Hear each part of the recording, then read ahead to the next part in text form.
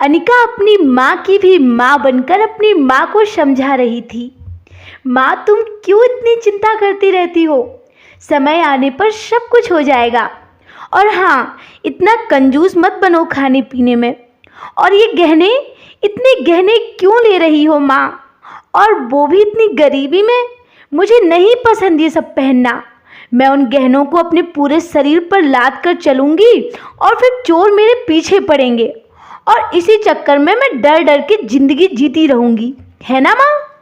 माँ, मेरी माँ, अब तुम्हारा जमाना गया।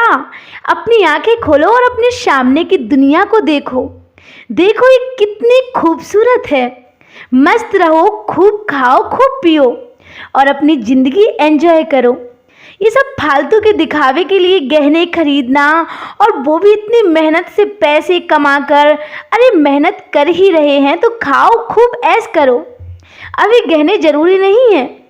और माँ, तुम देखना, मैं एक दिन पूरी दुनिया तुम्हें और पापा को घुमाऊंगी। सारी खुशियाँ आप दोनों के कदमों में लाकर रख दूंगी और फिर उसके बाद ही अपनी शादी करूंगी। मैं एक बेटी हूँ तो क्या हुआ, मेरी भी जिम्मेदारियां हैं आप दोनों के प्रति।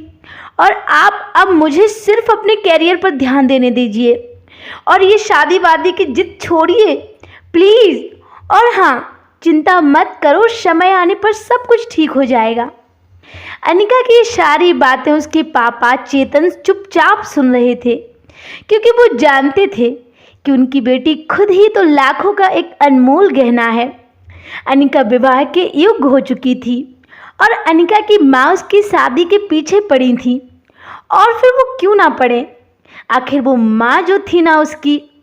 और फिर दुनिया की हर माँ ये सोचती है कि उसके बेटी की शादी समय से हो जाए।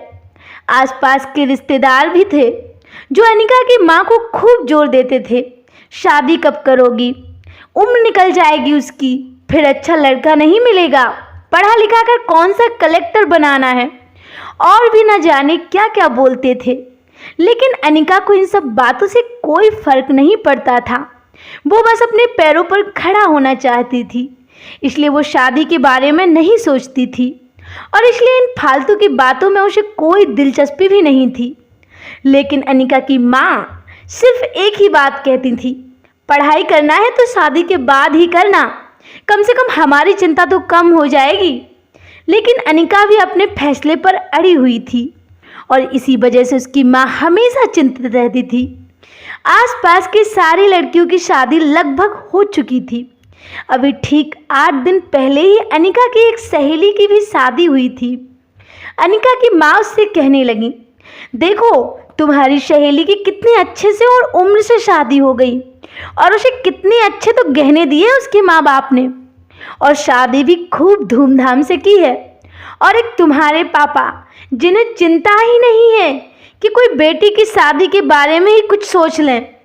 अनिका की माँ सारी बातें कर ही रही थी कि उन्हें याद आया, जब अनिका इस दुनिया में आई थी तब उनके ससुर और सास अनिका के पापा को बोले थे, चेतन लड़की हुई है रे बाबा, अब दहेज की तैयारी में लग जाओ। उसे ये बात सुनकर बहुत बुरा लगा था। पिता बनने की बधाई देना तो दूर है, दहेज की बातें करने लग गए थे। लेकिन चेतन इतने खुश थे कि उन्हें अपनी बेटी होने की खुशी में कोई भी बात सुनाई नहीं दे रही थी।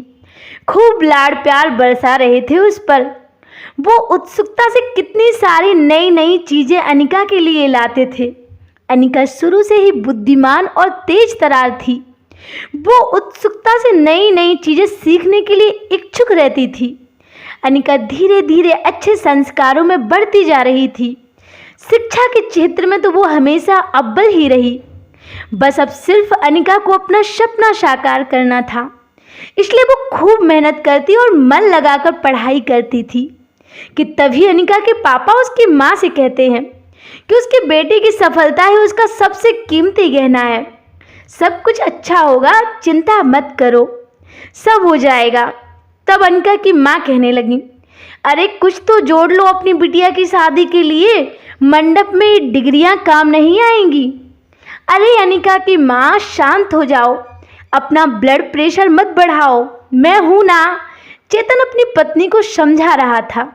चेतन की ये बात सुनकर अनिका की माँ को उन पर और भी ज़्यादा गुस्सा आता और फिर वो अनिका के पापा यानी कि चेतन को कुछ ना कुछ भला बुरा सुना देती, लेकिन चेतन तब भी शांति से सब कुछ सुनता था। और फिर वो बोली, अब मुझे ही कुछ करना होगा, आप तो कुछ भी नहीं कर पाएंगे अपनी बेटी के लिए।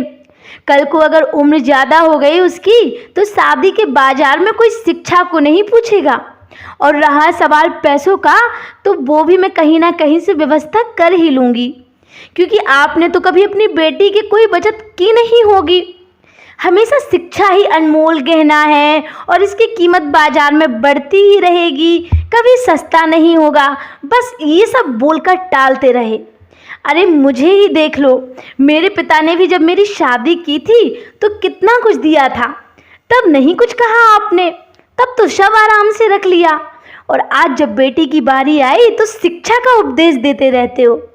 अनिका की माँ ऐसे ही दिन भर कुछ ना कुछ सुनाती रहती और हमेशा अनिका को शादी के लिए जोर देती रहती थी। जैसे जैसे दिन बीतते गए, अनिका ने अपने स्मार्टफोन से ही पढ़ाई करके पोस्ट ग्रेजुएशन पूरा किया।